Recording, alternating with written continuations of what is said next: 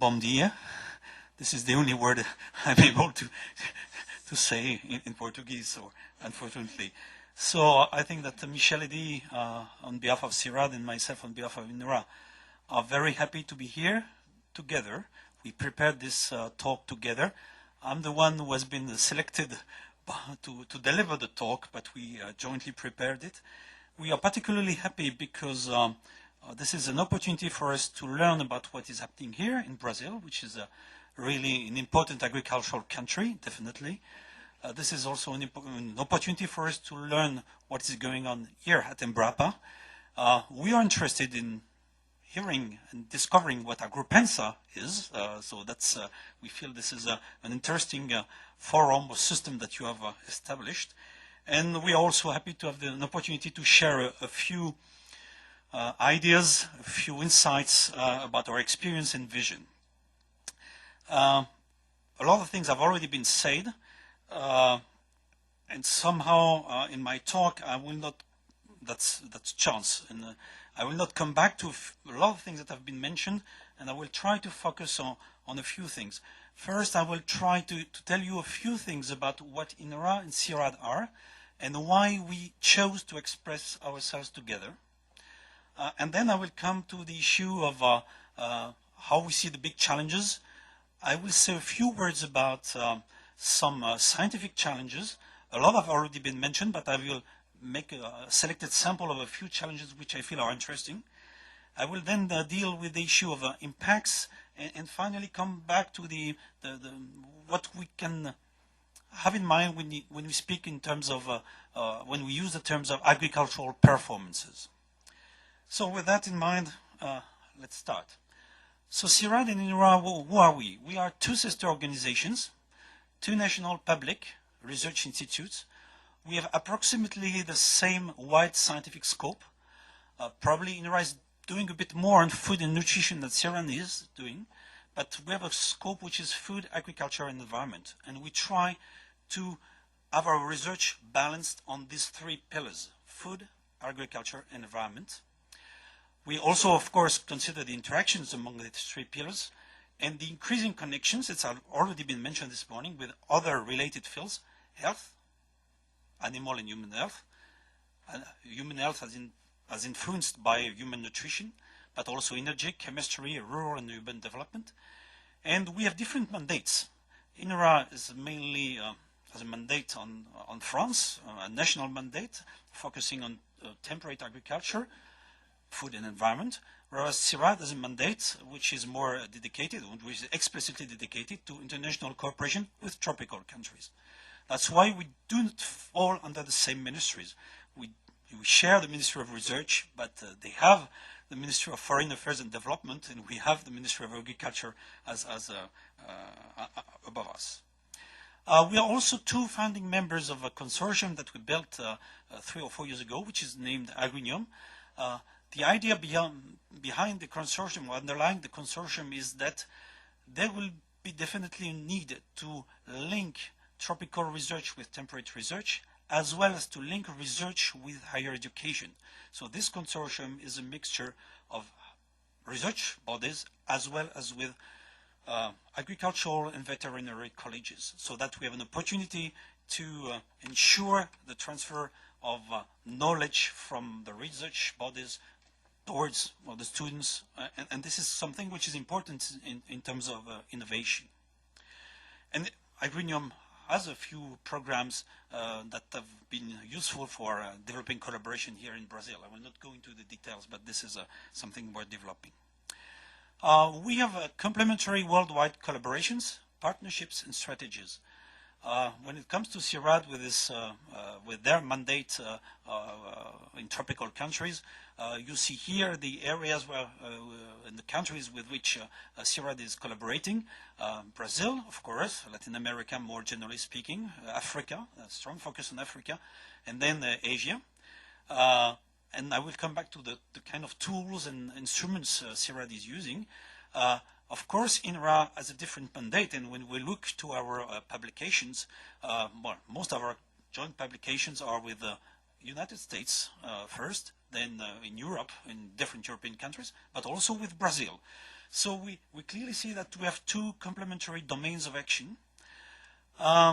When we look to the collaboration with Embrapa, and we look to that, we saw that looking at the publications in the Web of Sciences, France is the second country in terms of joint publications with Embrapa.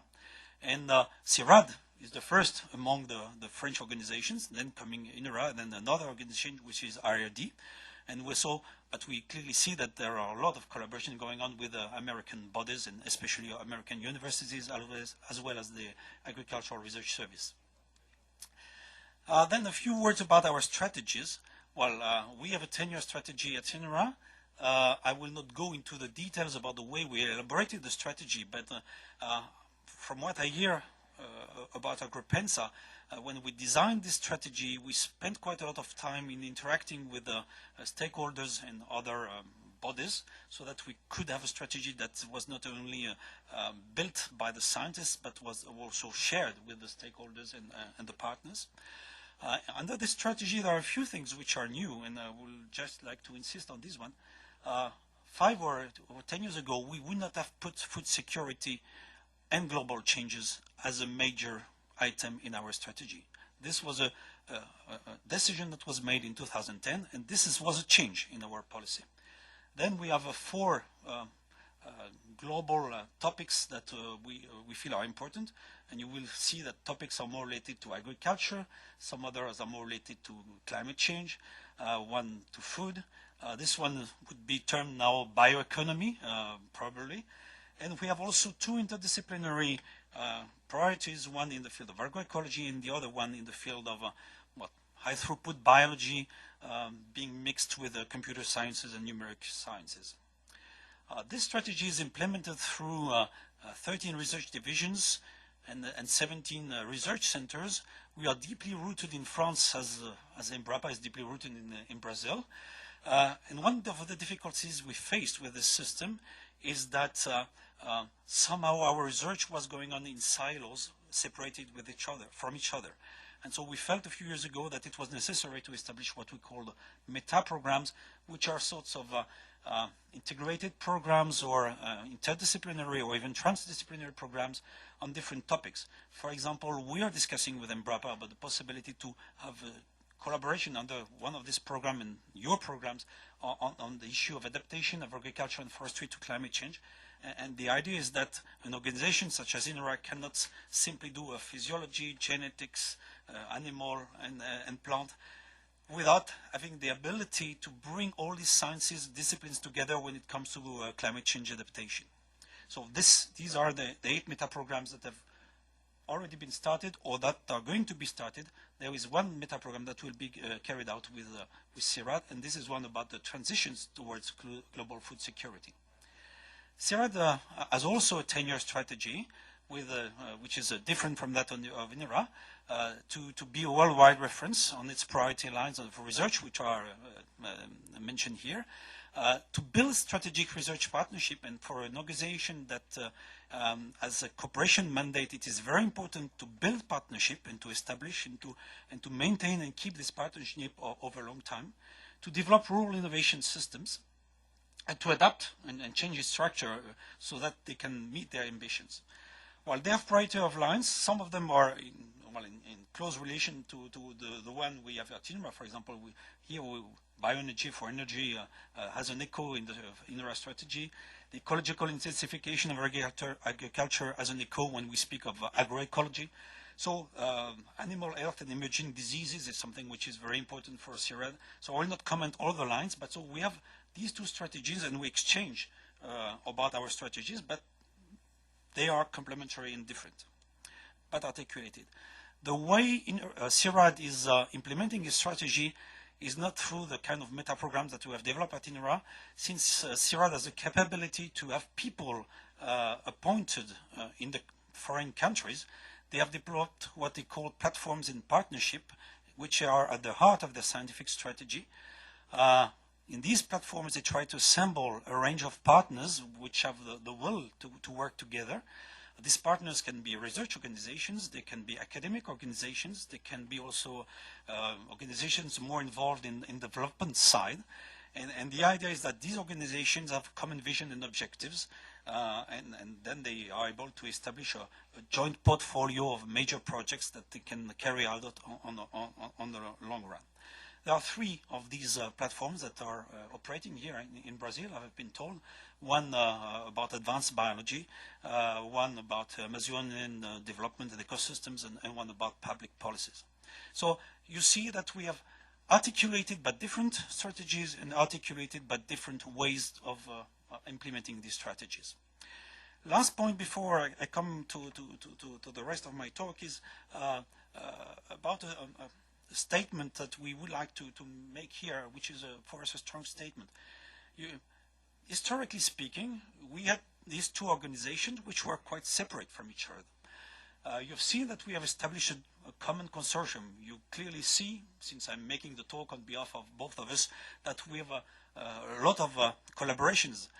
What we have observed recently is that because of the globalization of challenges which are related to sustainable and equitable food security, and I will come back to that expression later, as well as because of the changes that occur in science and technologies themselves. When you are speaking, for example, of genomics, this is a technology which is very generic, that goes across all the countries in the world at the same moment.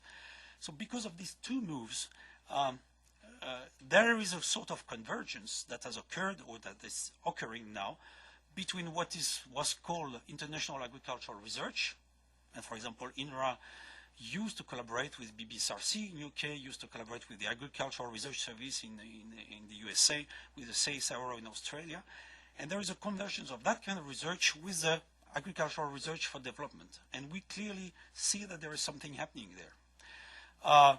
This does not suppress the national agendas. They still exist. There is still a national agenda for agricultural research in France, but we clearly feel that there is a sort of convergence at the international level. We observe that there are many new collaborative setups, initiatives, alliances, consortia, sometimes coming from the grassroots. For example, when you look to the genomics consortia on that species or that crop, that often comes from the grassroots.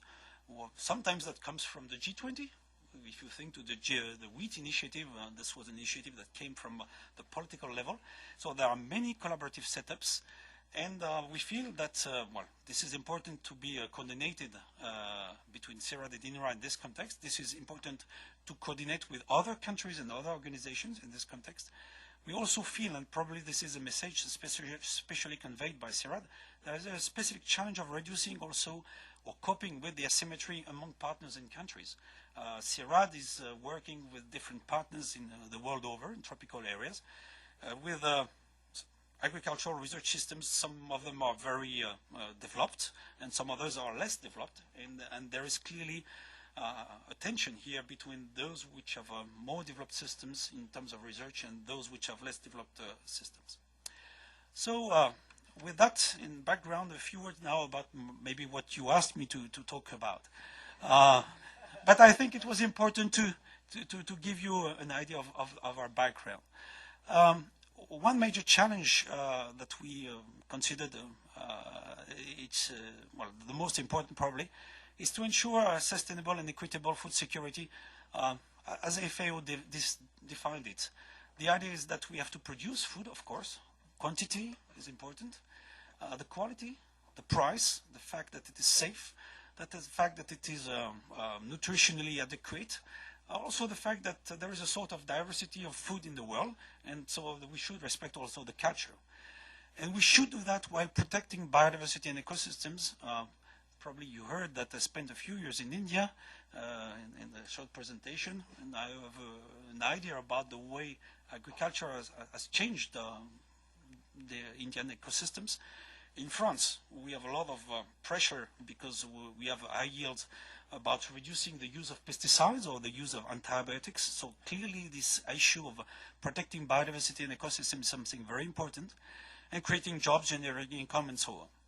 And in the context of multiple transitions, I will not come back to what has already been said, by growing world population, increasing incomes, food and nutritional transitions that have been mentioned, dwindling landshore resources, and I insist very much on that, and also the transition of fossil carbon towards a renewable carbon. And we have to do that under a very specific agenda, which is the agenda that has been set up by climate change. Not only agriculture is contributing to greenhouse gas emissions, you mentioned it already, but or you also already mentioned that there will be an increase of climatic events that are not favorable for agriculture in most situations. So we feel that this is the very specific agenda we are facing today. Of course, there are plenty of other priorities, but we thought with Sierra that this was probably the challenge that we wanted to show you or to share with you. And especially coming to climate change, one of the problems that we face here is that there is a clearly time constraint there. We know that things are going to change. The things have already changed. We observe that for grapevine production. We observe that for other crops. We observe that for animals. So the changes are occurring, and well, there is a clearly time constraint. So that research is clearly called for doing something. There is a need for innovation, and we have to do that in a reasonable period of time. So how can research facilitate the transitions that are needed? And I would like now to say a few words about new scientific and technological frontiers, and this will be a sample among others. I would like then to emphasize about the need to enlarge our scope and to do some work about the assessment of the impacts of agricultural research. Probably what I'm going to say will be a bit complementary to what I've been already said. And to develop broad-scale comparisons, expertise, and foresight, so that we are prepared, as you said just before, we have to be prepared to the future, and then the way we consider agricultural performances. So we selected four areas which we feel are important.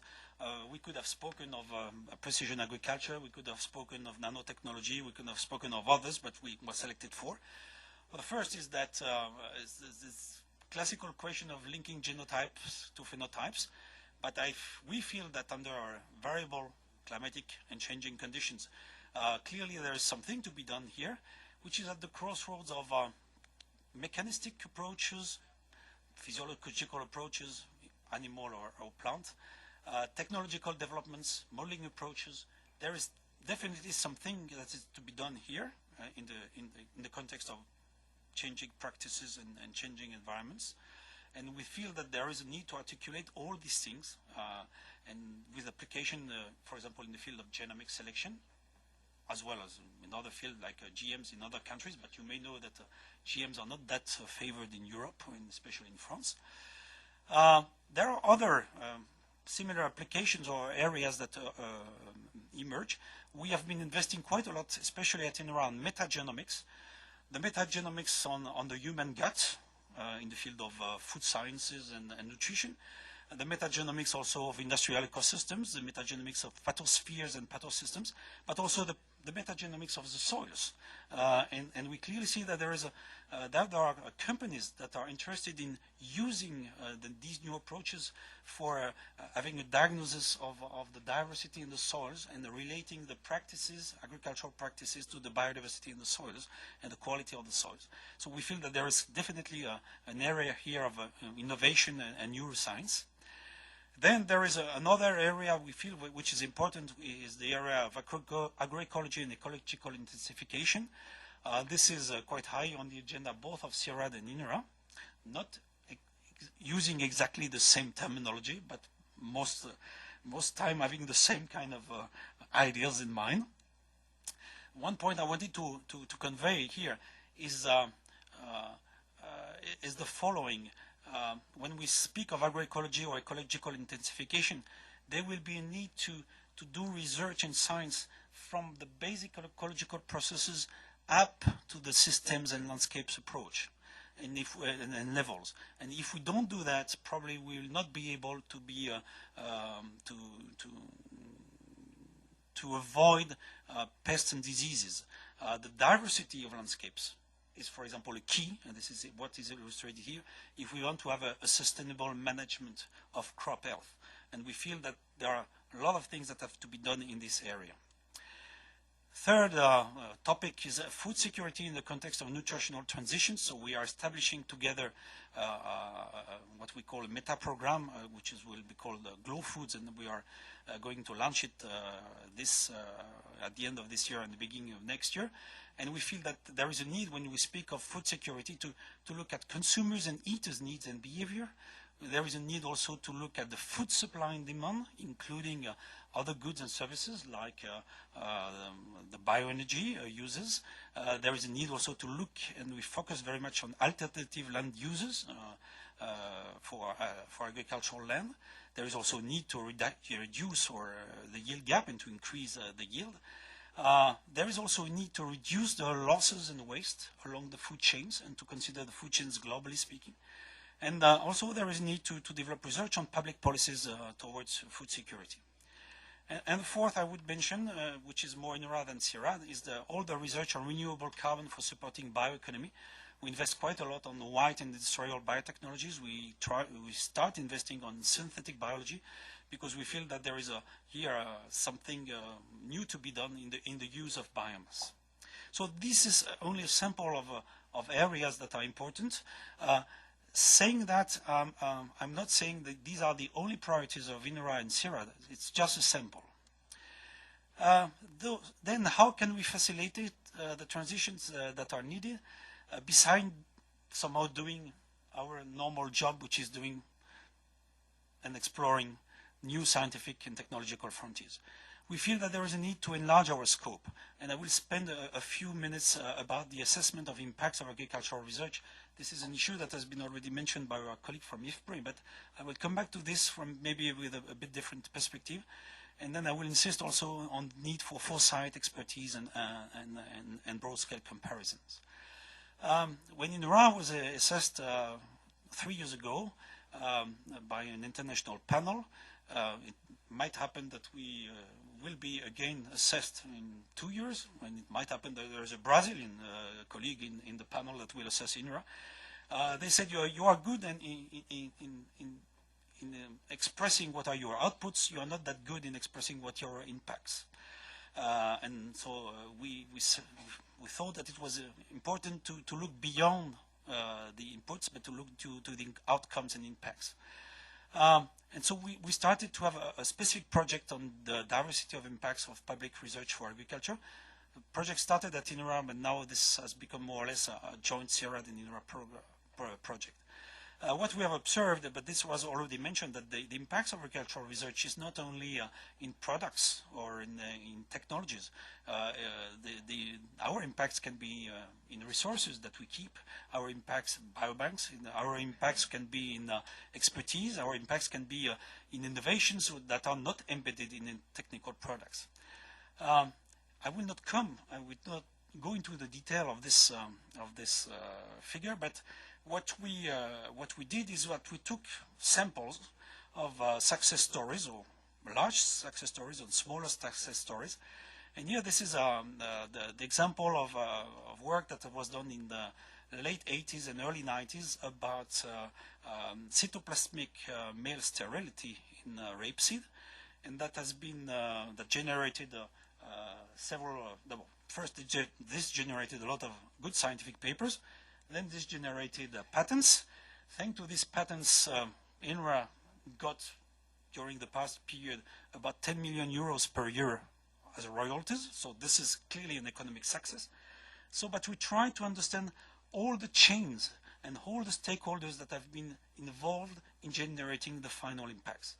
And not only the royalties to INRA, but also other impacts. For example, one of the outputs of the development of hybrid rapeseed varieties that are grown the world over using our technology has been the development of rapeseed crops, generally speaking, has been also the increase of the cost of the seeds, has been changes in the policy of the seed companies, which have invested in this area rather than investing in wheat, for example. Has been also the increase of the use of pesticides in some cases. So we try to look at all the outputs and outcomes.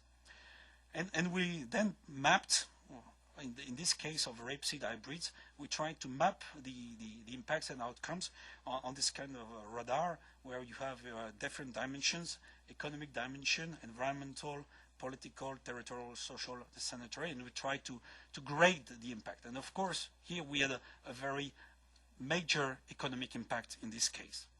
We did that for different examples. I will not go into the details. For example, genomic selection, in the case of bovine selection, has more or less the same profile as the one I showed on rapeseed hybrid varieties. But there are other innovations. For example, here, this is a startup that was created to develop biogas technology, and the impact is not that much economic, it's more environmental. We developed also work on the nitrogen fertilization with the decision support system, and here the impact was more environmental again than economic, but there was an economic impact. So we have been doing that for many different innovations that occurred at INRA. Sierra did also the same kind of work, but in their area, for example, looking at the mango jam plus bank in Western Africa or the coffee hybrids in Nicaragua. And what they did slightly differently, but also using similar tools, they looked at the impact pathways, they looked to the theory of change, which are institutional economics tools and approaches, and they found that the impacts also impacts in terms of, so not only of on tools, products, and socio-technical sets, but also the capacity building, the capability to build new partnerships, not only with research organizations, but also with those who are working in the field. And they say that the role of systemic approaches and of systemic research is a key in this domain. So with that, I would like to say a few words about the outcomes of these impact studies, if I may say so. We would like to insist that there is a wide spectrum of socio-economic impacts of agricultural research. There is no single metrics for measuring these impacts.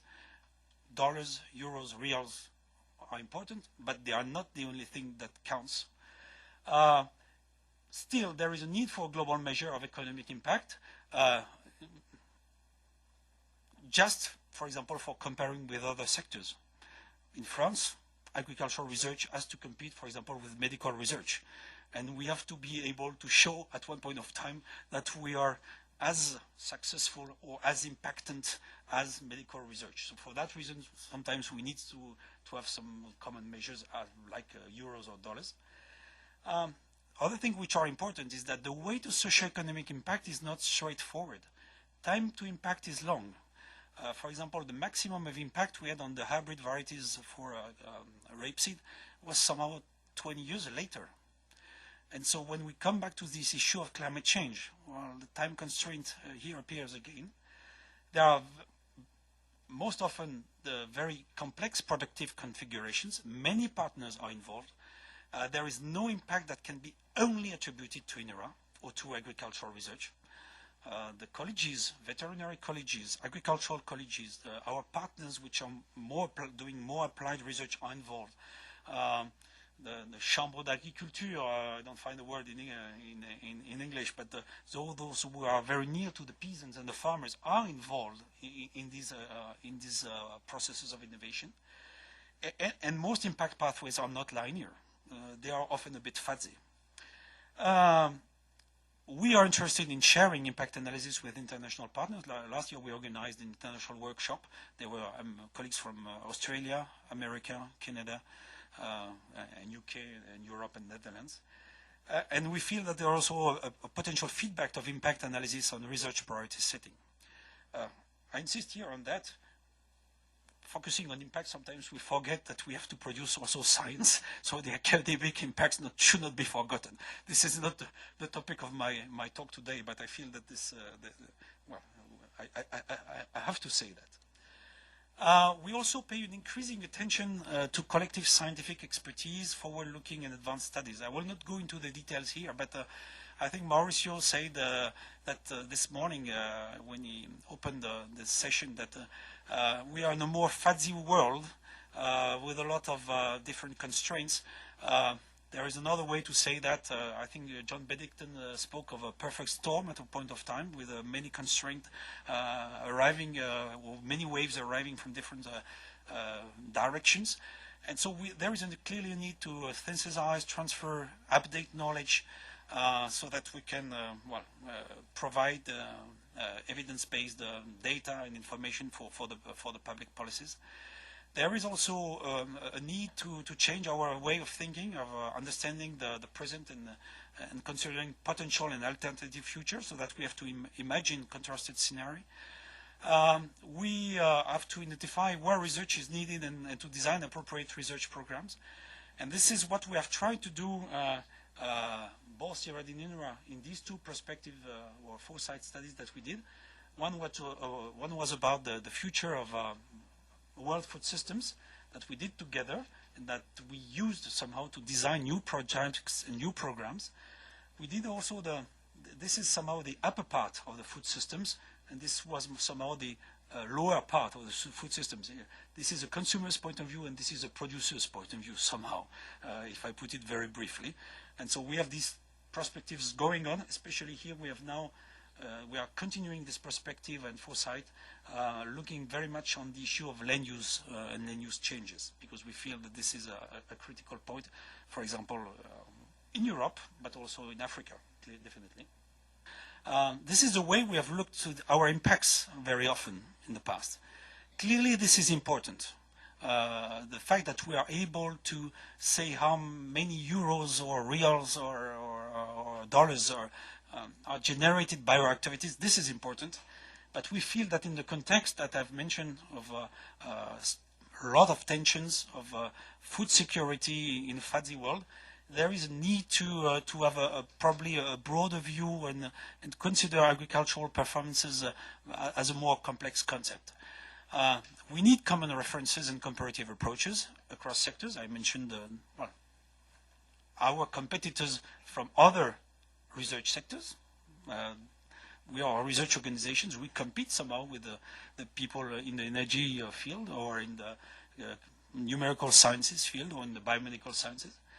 We have also to have comparative approaches across countries. For example, CIRAD is participating to a project by FAO which is called World Agricultural Watch, and so we need to have these common references and comparative approach. We need to have a view which not of performances which is not only focusing on economics, but which encompasses also social, environmental dimensions, with a reference to the various goods and services that are provided by agriculture. I didn't speak about ecosystem services, but this has become a key concept, and so we have somehow to be able to measure that. And we also have to consider that from very different point of view. I insisted at the beginning about the fact that INRA is doing food, agriculture, and environment. So our stakeholders are farmers, citizens, eaters, and each of them have different points of view about agriculture. At least this is the situation in Europe. And they have individual points of view, and there are also global points of view. So we have to somehow consider the performances of our research and of agriculture from the farmer's point of view to the whole food chain, from the consumer's point of view to the issue of global food security, from local environment quality to ecosystem services. And we also have to incorporate, this was I said this morning, the public policies. So a few take-home message to the things which I felt were important and that we share with Michel. The idea of convergence of agricultural research for development and international agricultural research. And I think that the kind of meeting that you organize here is an example of that convergence.